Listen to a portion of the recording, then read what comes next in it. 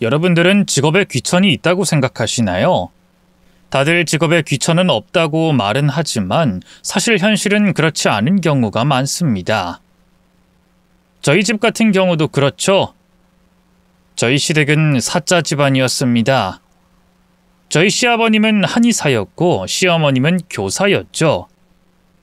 여기에 더해 남편 역시도 사립고등학교 선생님이었고요.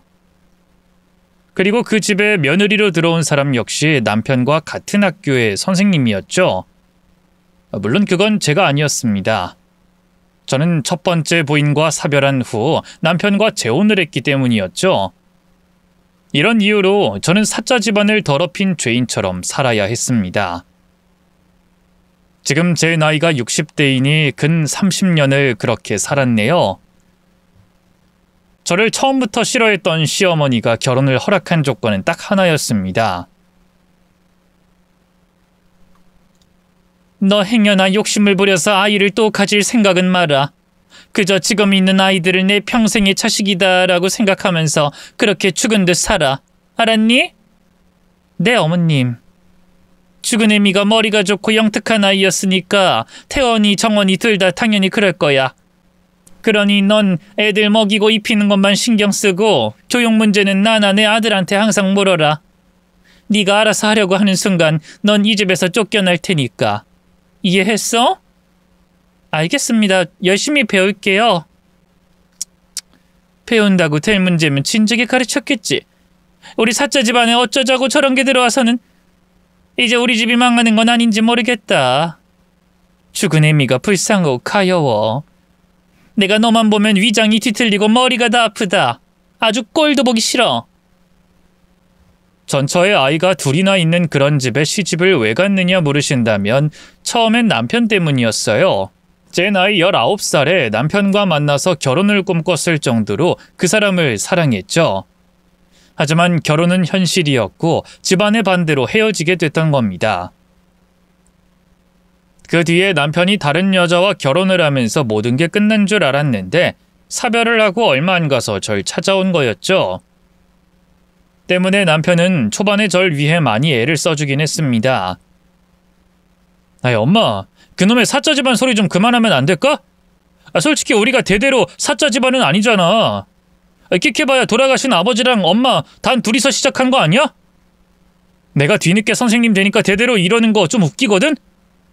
할아버지부터 내려온 거라면 또 모르겠지만. 그럼 다른 집안은 처음부터 사자였다니? 시작이 있었고 그 명맥을 유지하니까 제대로 된 집안이 되는 거지. 그러게 하필이면 넌 고르고 또 골라서 저런 걸 우리 집에 데리고 와? 죽은 며느리가 이걸 알면 무덤을 파고라도 뛰쳐나올 거다. 엄마, 이 사람이 뭐 어때서? 집안도 이만하면 잘 살고 솔직히 우리 집보다 이 사람 집이 더 잘 사는 건 알지? 적당히 해. 엄마도 그거 욕심이야. 돈? 우린 뭐 없이 살아? 너희 아빠 죽고 나서 조금 기울어지긴 했어도 명예가 있어. 난 저런 애를 트럭으로 가져다 줘도 애들 엄마랑은 안 바꾼다. 죽은 애미, 우리 희숙이 얼마나 애가 참하고 착했는데 저런 장사꾼 딸이랑 감히 비교할 급이나 된다고 생각하니? 그렇게 말하면서 혼수를 그렇게 받아챙기고 엄마는 양심이 좀 있어봐. 또 뭐? 우리 희숙이? 희숙이도 살아생전에 엄마가 좀 괴롭혔어? 그 누굴 데리고 와도 싫다고 할 거면서. 시끄러! 혼수는 당연한 거지. 여기서 그걸 왜 말해? 저 털 떨어진 놈. 그래, 너 어디 한번 네가 그렇게 좋다는 년이랑 살아봐라. 살아보고도 그런 말을 해봐. 딱 두고 보마. 그 잘난 사랑이 언제까지 가는지. 나중에 왜 결혼 더 안 말렸냐고 원망이나 하지 마라. 솔직히 초반엔 정신이 없었습니다. 시어머니가 절 싫어하는 것, 또 남편이 저 때문에 계속 싸우는 것도 신경 쓸 틈이 없었죠. 바로 아이들을 돌봐야 했기 때문이었어요. 겨우 100일이 지난 딸 정원이와 4살 태원이까지 제품이 낯선지 계속 울어대는 통에 너무 힘들었죠. 조금만 열이 나도 손발이 떨렸고 행여나 제가 잘못하고 있는 건지 내내 불안해했었습니다. 제 아이가 아니었기에 그 부담감은 더욱 심했죠. 하지만 시간이 갈수록 익숙해졌고 어느덧 저는 그 아이들을 보는 것에 행복을 느꼈습니다. 특히 태원이가 제게 엄마라고 했을 때는 숨을 쉬기 힘들 정도로 가슴이 벅차올랐고요. 물론 그렇다고 제 시집살이가 나아진 것은 아니었습니다. 특히나 결혼하고 3년이 좀 지났을 때 저희 아버지가 삼촌에게 보증을 서준 게 잘못되는 바람에 문제가 생기고 말았거든요. 당장 큰 목돈을 구하지 못하면 아버지가 운영하던 공장 문을 닫을 위기까지 오고 말았죠. 그래서 저는 가장 먼저 남편에게 도움을 청했어요. 하지만 교사였던 남편에게 그런 돈은 없었고 남편이 대신 시어머니에게 도움을 요청했죠. 돌아가신 시아버님이 남긴 유산이 있었기 때문이었습니다. 하지만 시어머니는 오히려 그 일 때문에 제게 더욱 차갑게 돌아서셨죠. 그나마 돈이 좀 있는 집안이라고 해서 받아줬더니 이제 뭐? 돈을 내놔라. 기가 차서 내가 우리 집의 며느리가 아니라 거지를 들여놨네. 너 나한테 돈 맡겨놨니? 그게 저도 좀 급하고 아버지 공장이 다시 돌아가기만 하면 금방 갚을게요. 금방? 난 금방 돈 갚는다는 사람이 진짜 돈을 갚는 걸 본 적이 없다. 보증을 섰다고? 아이고, 얼마나 멍청하면 같은 피출한테 사기를 당할 수가 있니? 그런 사람한테 돈을 빌려줘? 난 말이다, 내 자식들한테도 그런 거 가르치지 않았어. 아무리 형제, 자매, 부모, 자식 사이라고 해도 돈 문제에 있어서는 냉정하게 하라고 몇 번이나 가르쳤다. 근데 내 아들한테 그런 부탁을 해? 행여나 내 아들한테 또 그런 말 나오면 너 그대로 쫓겨날 줄 알았니? 어머님 제발요. 저도 너무 급해서 그랬어요. 아버지가 못 갚으시면 제가 무슨 수를 써서는 갚을게요. 네? 네가 뭘 할 줄 안다고.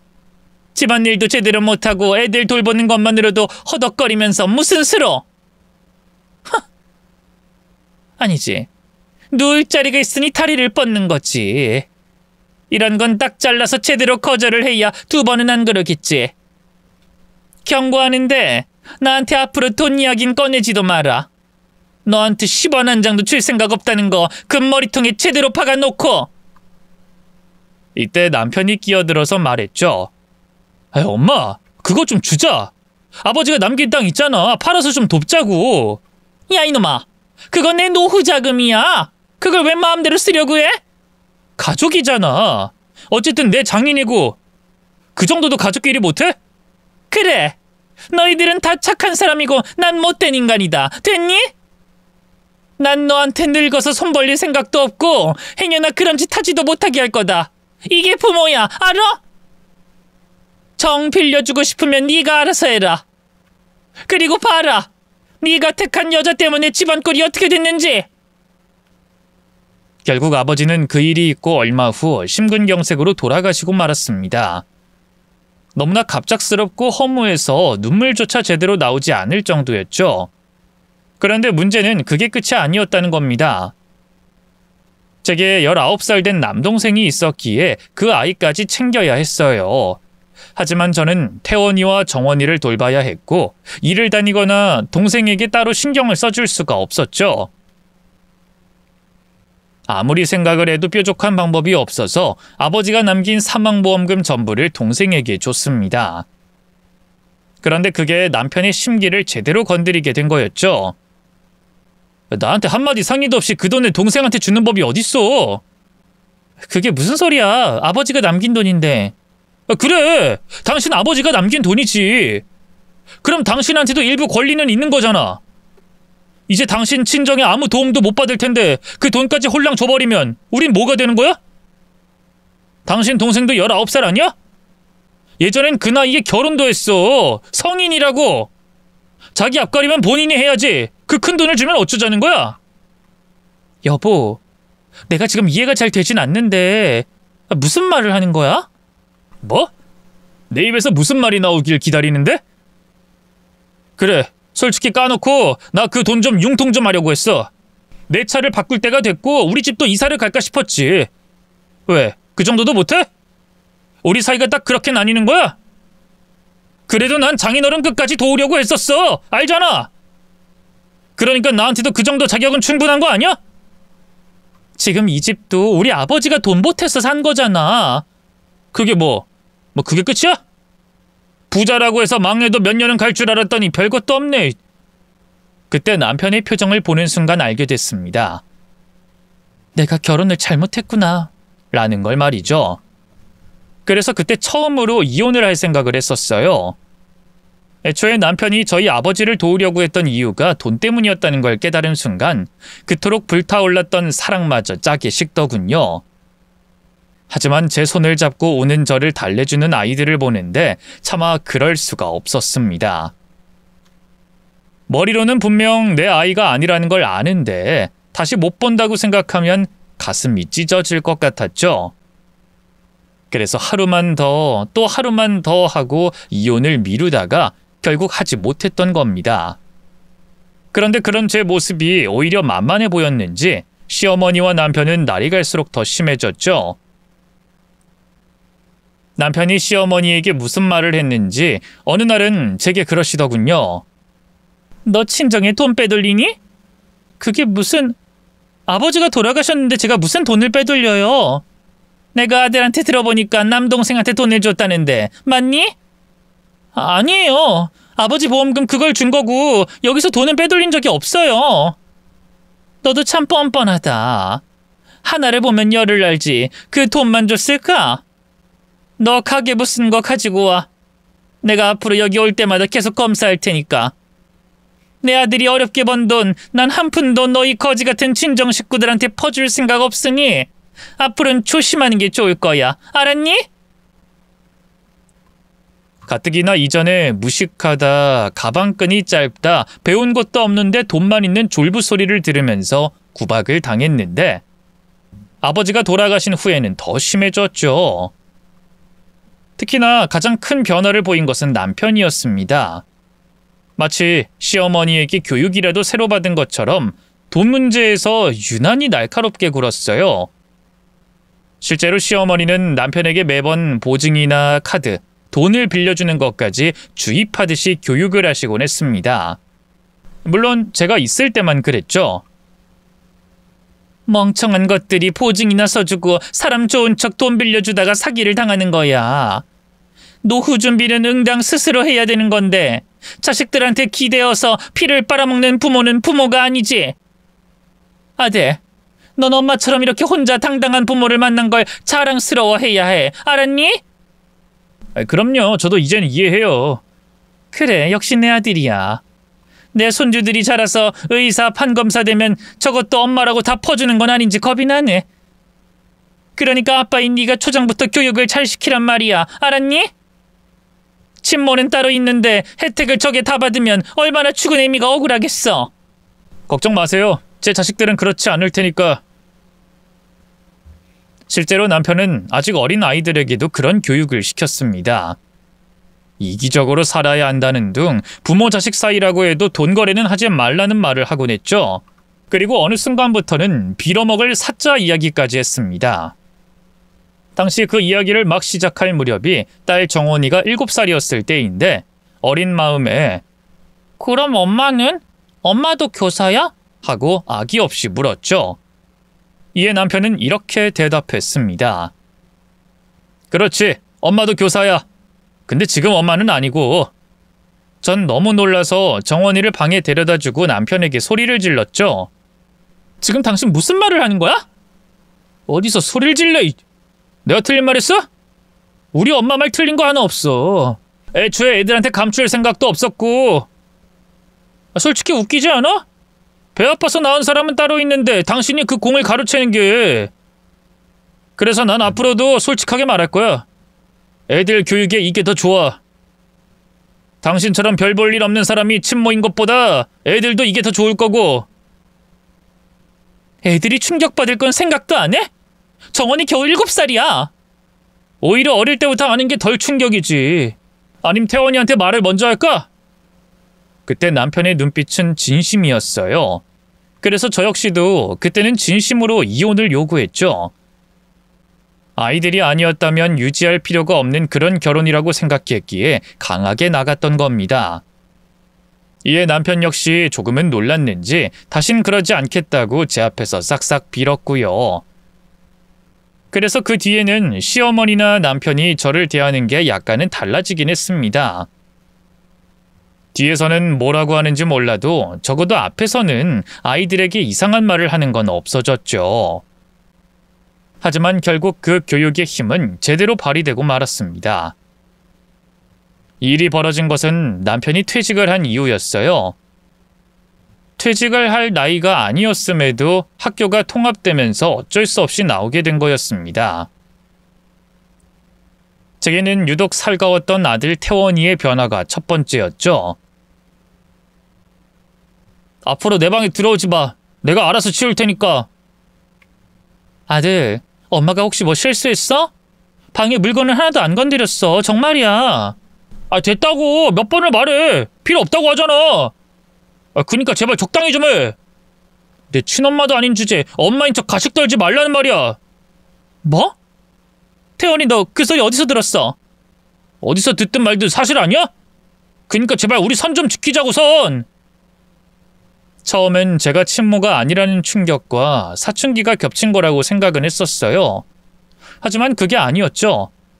태원이에 이어서 딸인 정원이 역시 제게 거리를 두기 시작했기 때문이었습니다. 뿐만 아니라 학교에서 사고까지 쳐서 몇 번이나 불려갈 정도였네요. 당연히 시어머니와 남편을 의심했지만 어차피 벌어진 일이라 수습할 방법도 없었죠. 그저 발만 동동 구르며 아이들에게 계속 다가가려고 했지만 소용이 없었네요. 그런데 안 좋은 일은 한 번에 다 일어나는 것처럼 또 다른 문제가 연속해서 터진 겁니다. 바로 시어머니가 사기를 당했던 거죠. 가지고 있는 돈을 불리려고 투자를 했는데 오히려 가진 돈 모두를 잃게 됐던 겁니다. 뿐만 아니라 아는 지인, 친척들까지 모두 한 번에 터진 거였죠. 이 일로 저희 집도 완전히 발칵 뒤집히고 말았습니다. 심지어 시어머니는 갈 곳이 없다며 짐을 싸들고 저희 집으로 오셨고요. 나 여기서 살아야겠다. 경찰에 신고를 했으니까 어떻게든 잡기만 하면 나 저기 창고에 있는 방이라도 치워다오. 여기서 좀 지낼 테니까. 그러자 남편이 그런 시어머니에게 차갑게 대꾸했습니다. 엄마 때문에 내가 받은 손해가 얼만 줄 알아?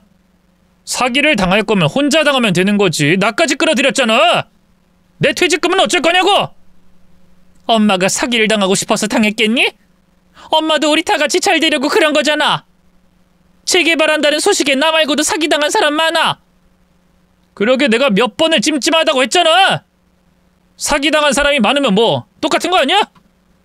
장인 그렇게 됐을 때는 보증서 줬다는 걸로 멍청하다면서 욕을 그렇게 하더니 그렇게 찜찜하다는 놈이 퇴직금에 쌈짓돈까지 주면서 제대로 불려달라고 해? 너도 마찬가지지. 왜 이게 다 내 탓이야? 내가 사기쳤어? 난 피해자야, 피해자.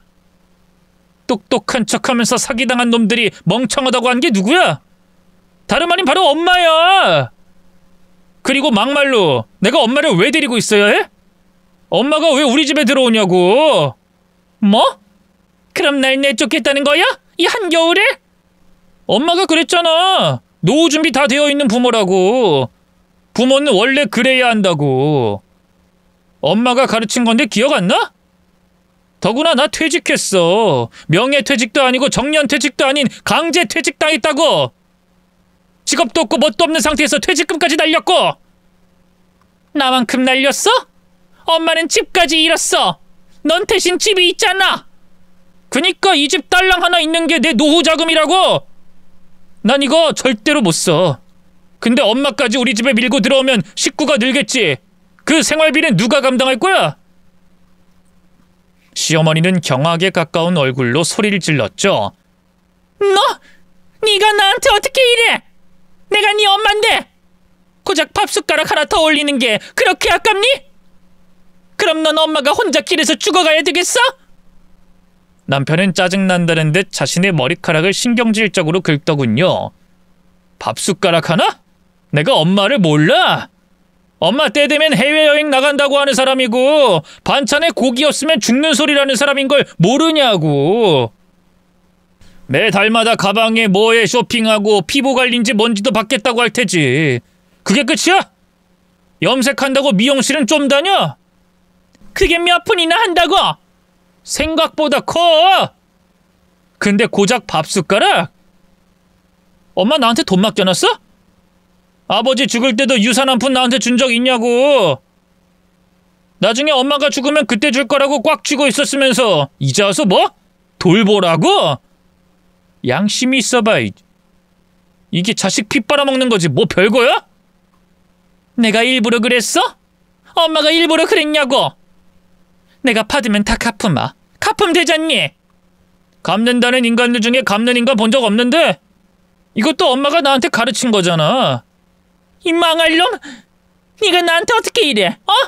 어쩜 이렇게 잔인해? 어쨌든 엄마는 엄마가 알아서 살아. 괜히 우리 집에 들어와서 이러지 말고. 우리 선을 좀 지키자고요. 네? 자랑스러운 부모, 엄마가 늘 말하던 그거 해야 될 거 아니야. 자식한테 줄 거 없으면 그건 이미 선을 좀 넘은 거지만 나도 할 만큼은 했어. 시어머니는 울면서 소리를 질렀죠. 할 만큼? 겨우 그 퇴직금 날린 걸로 할 만큼? 아이고, 내가 자식을 잘못 키웠지. 아이고! 내가 너였으면 일이라도 찾아 해서라도 내 부모 내가 모시고 살았어. 알아? 억지 부리지 말고 엄마도 이해를 해. 나 자식이 둘이야. 마누라까지 있고. 근데 내가 이 나이에 무슨 새로운 일이라도 해서 엄마까지 먹여 살려야 해? 엄마, 난 엄마랑은 달라. 내 연금도 있고 주택담보로 연금 받아서 살면 나 혼자면 죽을 때까지 모자람 없이 살 수 있는데 내가 왜 그래야 하는데? 막말로 엄마 어디 아프기라도 해봐. 우리 집 다 같이 망하는 거야. 내가 자식 된 도리로 작은 원룸 어딜 보증금은 줄게. 근데 그 이상은 바라지 마. 어떻게 보면 시어머니는 자신이 준 것만큼 받은 거였습니다. 오랜 세월 동안 저를 구박하면서 남편에게 주입했던 가치관을 본인이 다 받은 거였죠. 그렇게 시어머니는 보증금 1,000만 원을 받고는 결국 쫓겨나고 말았네요. 하지만 그건 시작에 불과했습니다.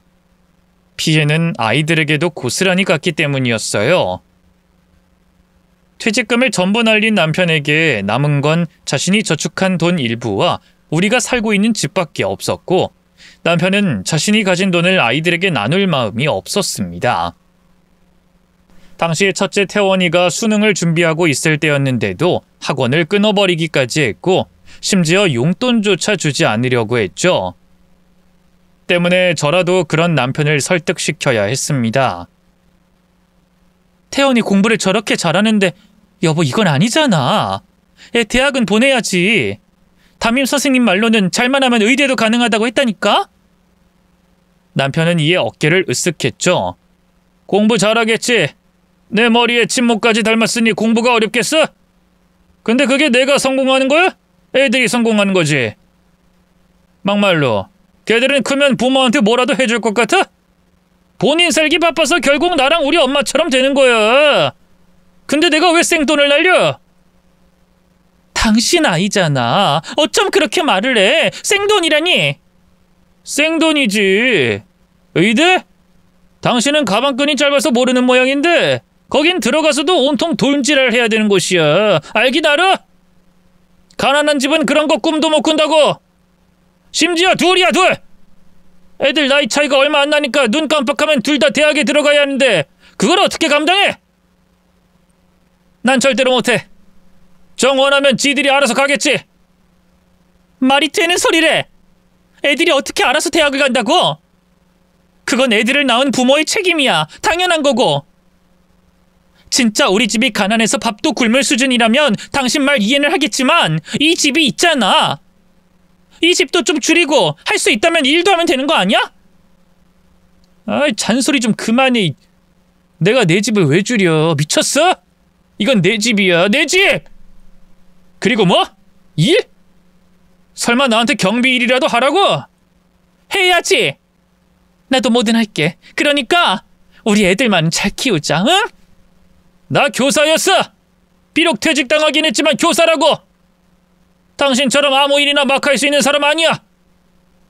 내가 그래도 선생님이란 직업을 가진 사람이었는데 경비? 내가 왜? 나 혼자면 충분히 먹고 살 수 있는데 내가 왜 그런 짓을 하면서 살아야 하는데? 정하고 싶으면 당신이 해! 차라리 이혼을 해서 재산 분할을 받은 돈으로 아이들에게 줄까 싶긴 했었습니다. 하지만 당시 아이들은 저와는 말도 섞으려고 하지 않을 때라서 이혼을 하더라도 저와 살아주지 않을 것 같아서 포기해야 했죠. 결국 저는 아이들을 위해서 나섰습니다. 오로지 돈, 그것만을 보고 시작한 거였어요. 마트, 청소, 편의점 다 알아봤지만 제가 원하는 만큼 돈을 받지 못했고 결국 제가 선택한 것은 노가다였습니다. 몸은 힘들어도 그만큼 돈을 주니 거의 매일 빠지지 않고 일을 다녔죠. 처음 했던 것은 공사하면서 생긴 쓰레기를 포대자루에 담는 일이었어요. 단순히 쓰레기를 줍는 일이 아니라 부서진 벽돌, 못이 박힌 나무, 쇳덩이들을 들고 나르는 일이었죠. 그렇게 몇 달을 꾸준히 하다 보니 아름아름 아는 사람이 생겼고 당시 저희 팀을 맡고 있는 반장에게 다른 일도 소개받아서 하게 됐습니다. 그게 바로 페인트 칠을 하는 일과 도배였고요. 말이 쉽지 돈을 많이 주는 만큼 정말 힘이 든 일이긴 했습니다. 도배는 마스크를 끼고 일을 하는데도 코 안이 시커멓게 변할 정도로 먼지 구덩이, 곰팡이 더미에서 일을 하는 것과 다름이 없었죠. 페인트 칠도 어렵긴 매한가지였습니다. 가정집에서 서랍이나 문틀을 하는 수준이 아니라 돈을 주고라도 시켜야 할 정도로 어려운 공간에 페인트 작업을 해야 했으니까요. 다치기도 많이 다쳤습니다. 사다리를 타고 올라갔다가 떨어지기도 했고 못이나 칼에 찔려서 손가락이 너덜너덜해진 적도 많았으니까요. 남편은 그 일을 끝내고 온 저를 보며 빈정거렸습니다. 노가다 잘하고 왔어? 아주 꼴이 엉망이네. 아주 적성을 제대로 찾았어. 어울려. 당신도 어울리네. 집에서 아무것도 안 하고 있는 꼴이. 백수가 딱이야. 지금 말 다 했어? 아주 이제 남편 알길 우습지? 그깟 돈 좀 번다고 유세는 지나가는 동네 개새끼가 다 웃을 일이지. 하루에 얼마나 번다고 유세야? 무식해서는. 남편이 뭐라고 하든 저는 꼭 참았어요. 비록 얼마 되지 않는 돈이긴 하지만 애들 먹이고 입히고 공부시킬 수 있는 것만으로도 제게는 감사했으니까 말이죠. 하지만 그렇게 하더라도 아이들과 이전처럼 다시 좋아지진 못했습니다. 어떨 때는 그게 너무 서운하고 마음이 아팠지만 그래도 저는 아이들을 포기할 수가 없었죠. 그런 제가 미련하다고 생각해도 어쩔 수 없었지만 이미 아이들은 제게 제 인생 전부와도 같았습니다. 그렇게 오랜 시간 아이들 뒷바라지를 하며 그 집에서 버텼던 거였죠. 종종 사고를 치긴 했던 딸 정원이도 정신을 차리고 재수를 해서 좋은 대학에 들어갔고 아들 태원이는 원하던 의대에서 졸업까지 앞두고 있었어요. 그런데 그 시기에 시어머니를 다시 만나게 됐습니다. 남편과도 연락을 아예 끊고 집에는 발길도 끊은 게 5년이 넘은 시점에 보게 된 시어머니의 모습은 이전과는 많이 달랐죠. 5년 사이에 10년은 더 늙은 것 같은 모습이었고 살이 얼마나 빠졌는지 알아볼 수가 없을 정도였습니다. 심지어 저를 만나게 된 것은 제가 일을 하던 노가다판이었어요. 작은 일이라도 좋다면서 일을 시켜달라고 찾아온 시어머니는 절 보고 놀라 도망치다가 크게 넘어지고 말았죠. 전 그런 시어머니를 병원에 데리고 가서 입원까지 시켰습니다. 시어머니의 모습은 변했을지 몰라도 저를 싫어하는 건 여전했죠. 이런 모습 보니까 웃음니? 속이 아주 시원해? 잘됐다고 박수라도 치고 싶지? 네, 아주 시원하네요. 어머님이 이런 모습 보여주셔서 사이다라도 먹은 느낌이고요. 이게 어머님이 바라는 말인 건가요? 이제 아주 날 우습게 보고 잘도 짓거리는구나. 됐다, 나 태어날란다. 영양실조라서 이거 다 맞고 철분제도 받으셔야 해요. 됐다고! 난 이런 거 필요 없다! 내가 이런 곳 기웃거린다고 날 우습게 봐? 너 따위가? 일어나려고 하는 시어머니를 힘으로 눌러서 전 다시 눕히며 말했죠. 그런 곳 기웃거린 시어머니가 우습다면 거기에서 일하는 저는요? 어머님은 그런 제가 우스우세요? 남은 자식들 가르치려고 노가다판에 기웃거리는 며느리가 쪽팔리세요? 아닌 거 아니까 그런 억지 부리지 마세요. 일하는 건 뭐든 당당한 거니까요. 자, 보세요. 저는 시어머니에게 제 손을 보였습니다. 굳은 살이 여기저기 있고 오래전 대못에 긁혀난 흉터가 고스란히 있는 못난 손이었죠. 심지어 왼쪽 검지는 한쪽으로 휘어진 상태로 제대로 굽히지도 못했습니다. 시어머니는 그런 제 손을 보더니 입을 꾹 닫고는 이불을 머리끝까지 들어올린 채 누우시더군요. 그리고 그 이후로 저는 시어머니까지 돌보게 되었습니다. 여전히 예전 버릇을 못 버리고 툴툴거려도 이전처럼 당하고는 있지 않았죠. 졸업을 하고 페이닥터로 들어갔다고? 그리고 정원인 학원 강사 일을 시작했고? 그래, 벌써 시간이 그렇게 된 건가? 이제 내 손자 의사 만들었다고 얼마나 유세를 떨 거야? 네, 그러려고요. 아주 유세를 제대로 떨려고요. 그러려고 노가다에서 열심히 공부시키고 가르친 건데 모르셨어요? 이젠 내가 우습지? 만만하지? 네. 예전엔 어머님 눈도 못 마주치고 내내 하는 며느리였지만 노가다판 뛰면서 저도 많이 단단해져서 이 정도 구박은 괜찮거든요. 얼른 식사나 마저 하세요. 또 실려가지 말고. 잘 먹으면 뭐해? 내가 빨리 죽어야 네가 편하지. 아니야? 아니거든요? 빨리 죽으면 제가 유세 떠는 거 보지도 못하니까 오래오래 사시면서 유세 떠는 건 제대로 보고 가셔야죠. 그래야 제가 속이 후련하죠. 못된 것. 나쁜 것! 말은 그렇게 하긴 했지만 시어머니는 몸이 많이 약해진 상태였습니다. 결혼 생활 내내 저를 구박했던 시어머니를 돌보는 게 저에게도 그리 유쾌한 일은 아니었음에도 점점 생명력이 빠져나가는 게 눈에 보일 정도였기에 차마 외면을 할 수 없는 상태였죠. 그러다 결국 거동이 불편해졌을 무렵에는 요양원으로 옮기기까지 해야 했습니다. 하루는 시어머니를 휠체어에 태우고 산책을 하는데 그러시더군요. 내가 너한테 참 잘못을 많이 했어. 그때 사돈을 좀 도왔다면, 그랬다면 나는 후회한다. 뼈저리게 후회하고 있어. 너한테 상처 준 말, 널 구박했던 것들 모두 용서를 받지 못할 거라고 생각한다. 설령 내가 죽어간다고, 불쌍해 보인다고 그 죄를 용서하지 마라. 용서받을 수 없다는 걸 너무나 잘 아니까. 하지만 미안해. 정말로 미안하다, 아이미야. 정말로 많이 미안해. 그리고 고맙다. 어머님, 왜 또 약한 소리라세요? 하지 마세요. 진짜 미안하면 살아서 더 저한테 잘해주세요. 그게 저한테 제대로 갚는 길이니까요. 아시잖아요. 그러니까 나도 그렇게 하고 싶은데 그렇게 못할 것 같아. 아무래도 내가 죽을 날이 가까워진 것 같아 그래. 애미야. 시어머니가 갑자기 제 손을 잡고는 제 눈을 보시더군요. 말씀하세요. 이혼해. 이혼해서 더 좋은 사람 만나. 나도 안다. 남은 애들 눈에 밟혀서 못 떠나는 거. 근데 그렇게 10년 또 20년 살다가 영영 못 떠나는 거야. 떠나서 네 인생 살아라. 비록 내 아들이지만 그놈이랑 평생은 아니야. 이건 진심이야. 마지막으로 내 손녀 손주들 좀 보게 해다오. 그 녀석들한테도 할 말이 있어서 그래. 그리고 바로 얼마 뒤에 태원이 정원이를 만나고 돌아가셨습니다. 남편은 어머님이 돌아가신 후에 장례식에서나 얼굴을 비췄고요. 평생을 자신을 돌봐준 어머니가 돌아가셨는데도 눈물 한 방울 흘리지 않았던 게 바로 남편이었습니다.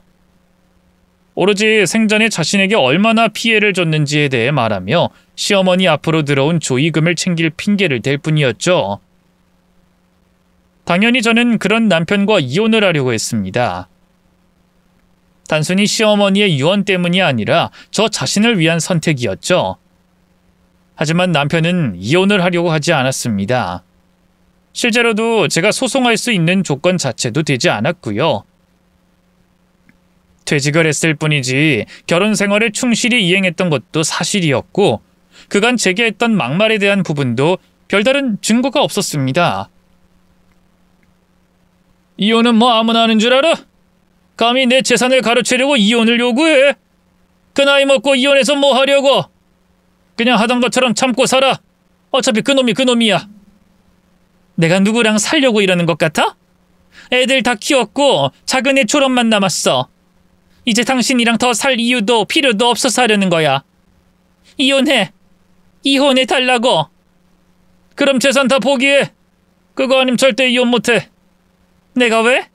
내가 왜 포기해야 하는데? 결혼하고 평생 아이들 키우면서 살았어.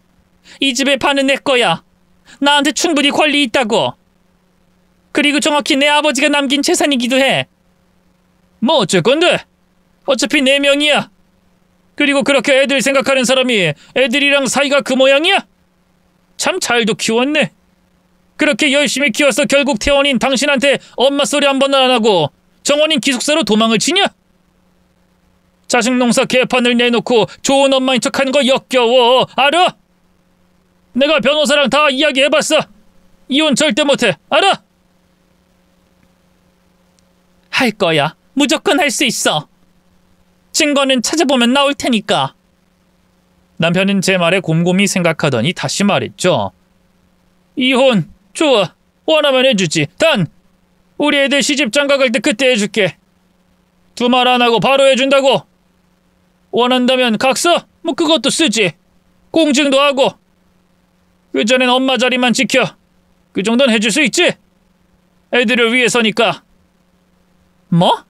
내가 왜 그래야 하는데? 그럼 당신이 그렇게 곱게 키웠다는 자식들 하자 만들어서 시집 보낼 거야? 막말로 애들한테 뭐가 남았어? 멀쩡한 집 있고 부모 멀쩡히 살아있는 가정밖에 더 있어? 근데 당신이 이혼하면서 반으로 나눠 가져가면 애들 시집 장가갈 때 손바닥만한 집에서 사는 그런 애들 되는 거 아니냐고. 그러니까 당신도 협조하라고. 애들 결혼 제대로 하면 나 두 말 안 해.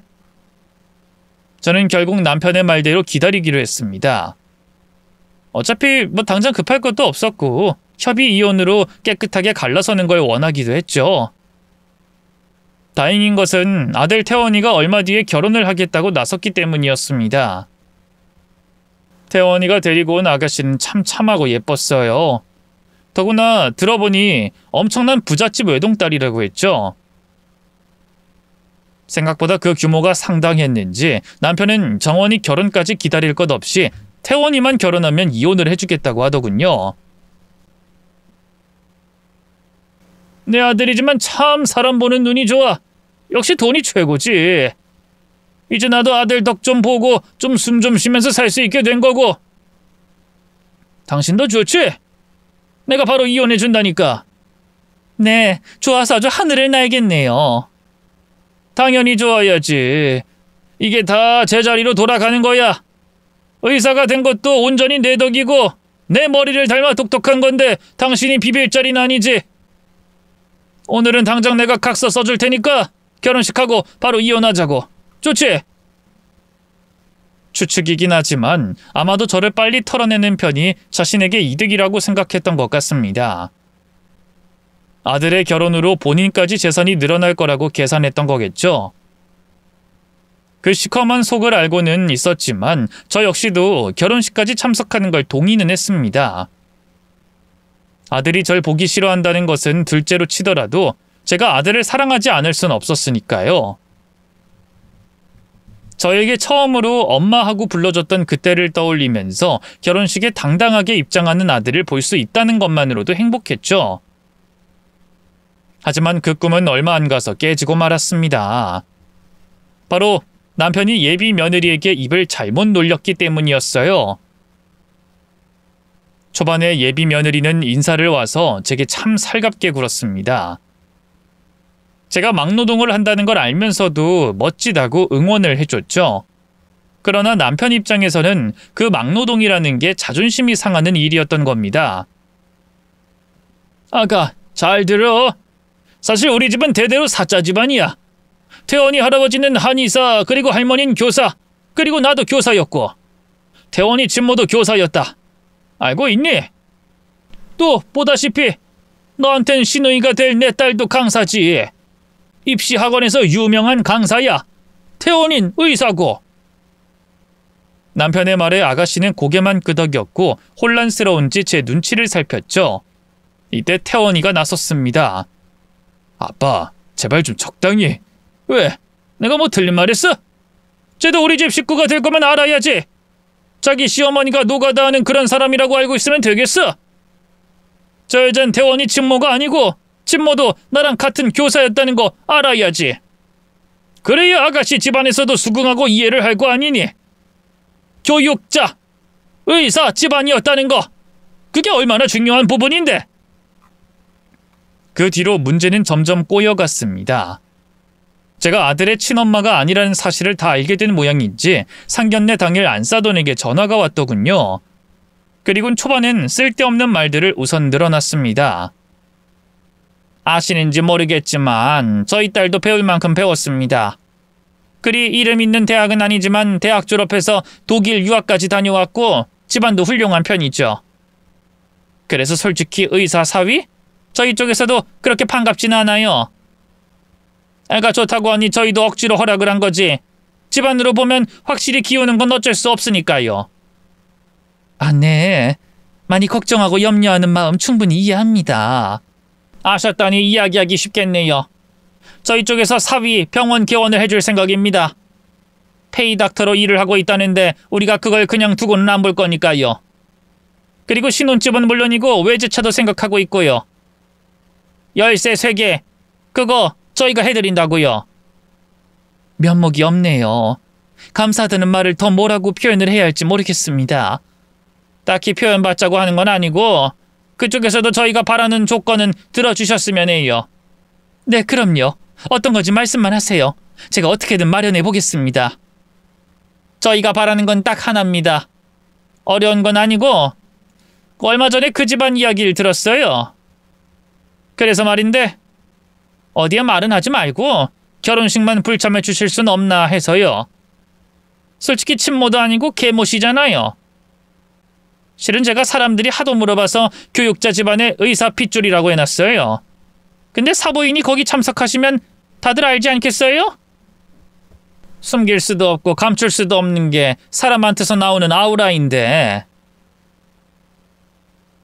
지금 저한테 결혼식을 오지 말라고 그런 말씀이신가요? 네, 그랬으면 좋겠네요. 너무 솔직했다, 그쵸? 근데 이해는 해주세요.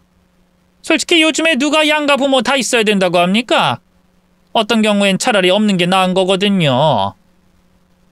하지만 저는 제가 아이들을 다 키웠고 결혼식은 참석을 하고 싶은데. 비디오로 보세요. 꼭 직접 볼 필요 있나요? 요즘 화질이 아주 생생하거든요. 상견례는 집안끼리 보는 거니까 참석해도 되지만 어쨌든 결혼식엔 불참을 해주셨으면 하는 게 저희 쪽 뜻입니다. 그 정도는 아들을 위해서 해주실 수 있으시죠? 그럼 전 그렇게 하는 걸로 알겠습니다. 오늘 상견례이니 그때 다시 인사드리죠. 끊겠습니다. 순간 전화가 끊어졌는데 머릿속에서 주마등이 스치더군요. 남편 하나 믿고 시집와서 밤새 울던 아이들을 잡고 같이 울었던 그때. 저를 향해 두 팔을 뻗고 아장아장 걸어오던 정원이, 유치원에서 만든 종이로 된 카네이션을 가슴에 달아주던 태원이까지 마치 모든 게 제게 꿈처럼 아득하게 느껴졌습니다. 이제까지 뭘 바라고 여기까지 달려왔나 싶고 후회만 가득할 정도로 제 선택이 원망스러웠죠. 그날 얼마나 울었는지 모릅니다. 맘 같아서는 다 필요 없다고 하고 당장이라도 집을 뛰쳐나가고 싶었고요. 하지만 이내 아들에게서 전화가 울렸고 뒤이어서 딸인 정원이에게까지 연락이 왔습니다. 미용실을 미리 예약해놨기에 얼른 오라는 거였죠. 그래, 딱 여기까지만 가자. 딱 여기까지. 마지막이라고 생각하고 저는 미용실에서 화장이며 머리 손질까지 싹 다 받았습니다. 옷도 백화점에서 가장 좋은 옷으로 골랐고요. 결혼하고 난생 처음으로 제 자신에게 돈을 쓴 거였죠. 그러다 보니 약속 시간보다 5분 정도 늦게 가게 되었습니다. 하지만 사돈은 그것보다 15분이나 더 늦게 들어왔죠. 그러고는 마치 도살장에 끌려온 사람처럼 인상을 쓰더니 절 보며 한마디 하더군요. 애썼네요. 그렇게까지 꾸미고 오실 줄은 몰랐는데 제법 잘하고 오셨어요. 그러자 예비 며느리가 피식 웃었죠. 엄마도 참. 어머님 부끄럽게 왜 그런 말을 해. 적당히 넘어가야지. 힘 잔뜩 주고 오셨는데. 그게 바로 자격지심이라는 거야. 사자 집안에서 혼자만 노가다를 하시니 그 마음이 오죽하시겠니? 격식이라도 갖추고 왔다는 것에 감사하다는 뜻이니 곡해하실까봐 염려가 되네. 이때 제 남편이 껄껄 웃었습니다. 오해는 절대 안 할 겁니다. 이럴 줄 알았으면 진작에 이혼을 했었어야 했는데. 아시지 않습니까? 그래도 애들 돌봐줄 여자는 하나 있는 게 좋다는걸요. 그건 그렇죠. 노가다꾼 사돈은 없는 걸로 칩시다. 그게 그쪽도 우리도 속이 편안하니. 네네, 당연히 그러죠. 자, 일단 술 한잔 받으시죠. 저는 입을 꾹 다물고 고개를 숙였습니다. 드런드런 자기들끼리 이야기를 나누는데 귀에 들리지도 않더군요. 그렇게 1분? 아니 3분은 지났을까? 갑자기 제 앞에 있던 상이 거꾸로 뒤집혀 한쪽 구석에 박혔습니다. 놀라서 위를 보니 아들이 서서 씩씩거리고 있었죠. 심지어 딸인 정원이는 예비 며느리에게 술인지 물인지를 머리 위에 쏟고 있었습니다. 남편은 눈이 2배로 커져서 소리를 꽥 질렀어요. 이런 격식 있는 자리에서 이게 무슨 짓이야? 너희 미쳤어? 당장 사과 못 드려? 아들은 그 말에 남편을 비웃더니 이내 노려보며 입을 열었죠. 격식? 이게 무슨 격식이야? 아주 머리가 텅텅 빈 족속들이 아가리만 터는 곳인 것 같은데. 지금 이 자리에 입은 욕할 사람은 아무도 없어. 알아? 노가다꾼? 누가 노가다꾼이야? 성태원 자리에 앉아! 아빠가 하는 말 안 들려? 지금 여기가 어디라고? 너 지금 크게 실수하는 거야. 이분들이 어떤 마음으로 여기 와 있는데 그런 말을 해? 나한테 이래라 저래라 할 자격 없어 아빠는. 사짜 집안 웃기네. 그리고 내 결혼 내가 없겠다는데 왜 아빠가 난리야? 아빠가 결혼해? 그래? 그래서 우리 키워준 사람한테도 함부로 하는 거야? 도대체 어디까지 바닥을 보여줄 생각이야? 그래, 그게 뭐 어때서? 막말로 키워준 것뿐이지 친모가 아니라는 건 똑같아. 너희 빗줄은 대대로 사짜 집안인 게 맞고 저 사람은 애초에 우리 집안이 아니야. 그리고 난 우리 집안이 다시 제대로 일어날 수 있다면 저 여자랑은 이혼 12번도 할 수 있어. 지금이 그 기회고. 진짜 참 더럽다. 뭐? 너 지금 아빠한테 더럽다고 했어? 집안 자체가 더러워. 내 피를 뽑을 수 있다면 여기 싹 다 쏟아놓고 싶을 정도로.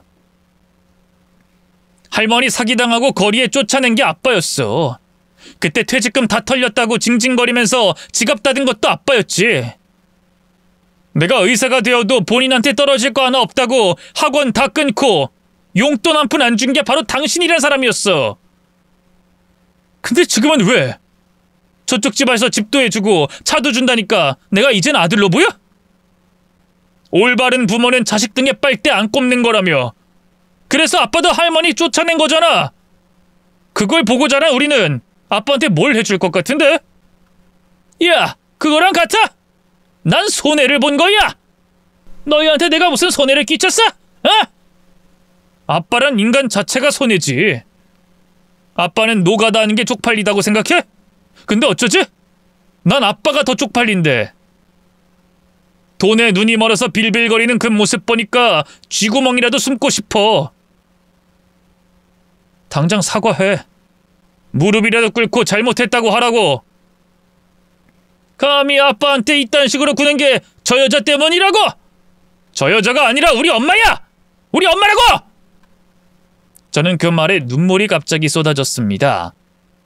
너무 놀라기도 했지만 그 말을 너무나 오랜만에 들었기에 감정을 주체하지 못했죠.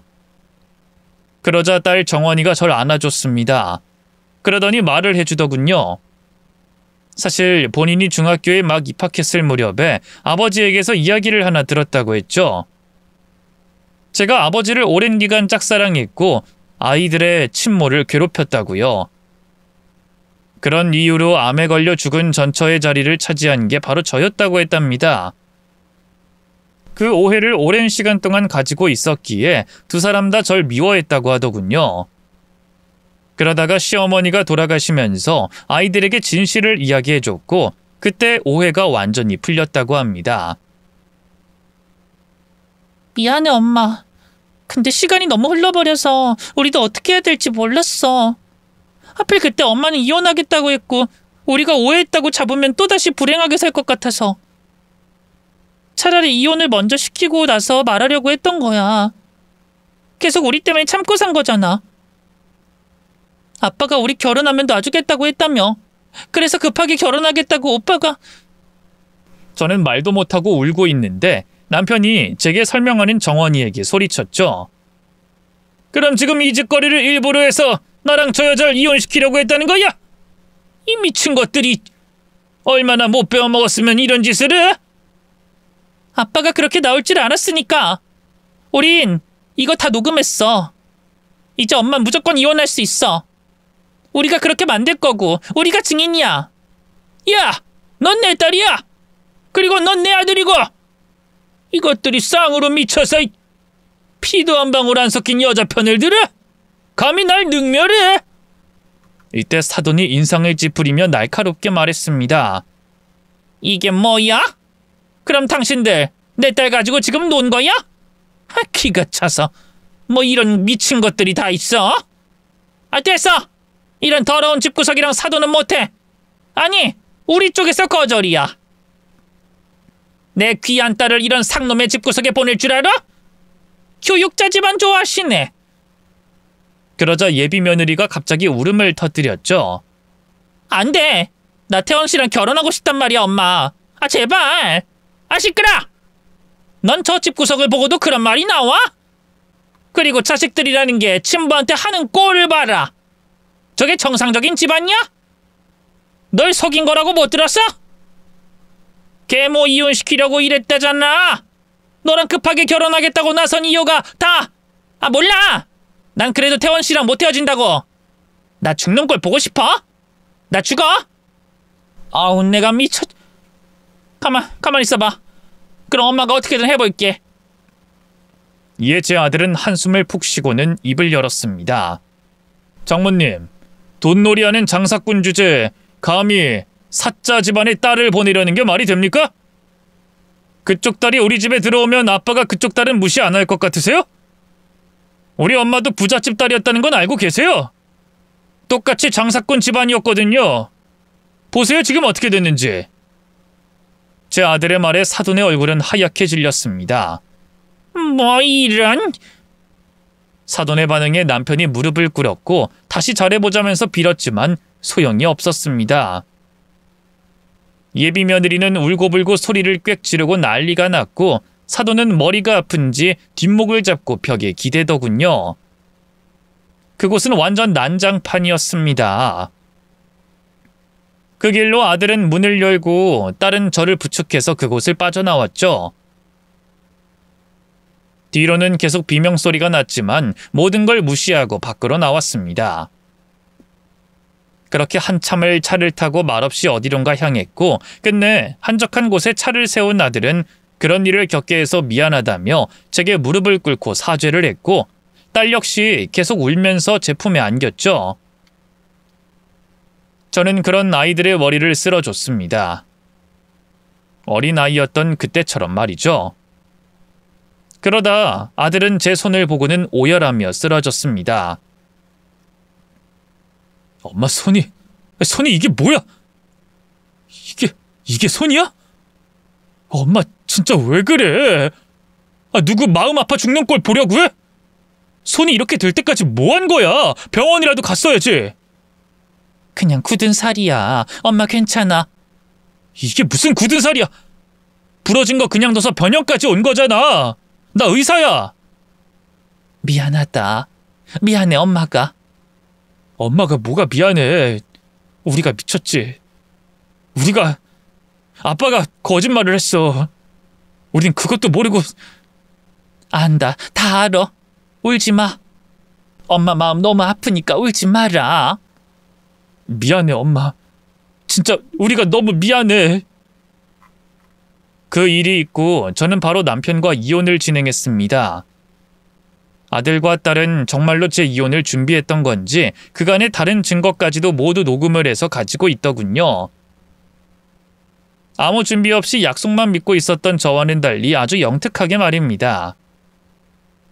그리고 그 뒤에 저는 딸의 집에서 살게 됐어요.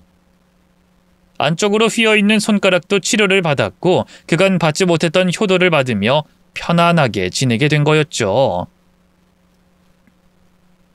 두 아이들은 마치 경쟁이라도 하듯이 제게 잘해주고 있습니다. 한 명은 미국으로 또 한 명은 유럽으로 그렇게 해외여행도 보내주고요. 하지만 전 그런 여행보다는 딸과 아들이 저에게 다시 엄마라고 불러준 게 더 행복하네요.